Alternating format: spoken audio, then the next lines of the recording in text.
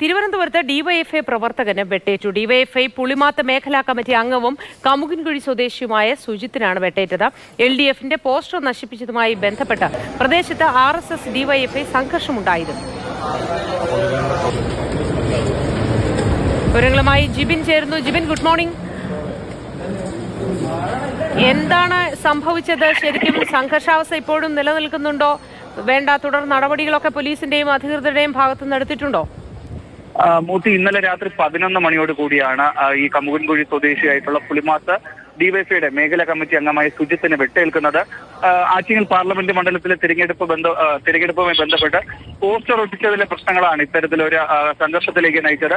കഴിഞ്ഞ ചൊവ്വാഴ്ച ബി ജോയിയുടെ പോസ്റ്ററുകളൊക്കെ തന്നെ ഈ കമുകൻകുഴി ഭാഗത്ത് പുളിമാത്ത് പ്രദേശത്ത് പതിപ്പിച്ചിട്ടുണ്ടായിരുന്നു. പക്ഷേ ഇത് RSS പ്രവർത്തകർ തകർത്തു എന്നാണ് ഡിവൈഎഫ്ഐ ആരോപിക്കുന്നത്.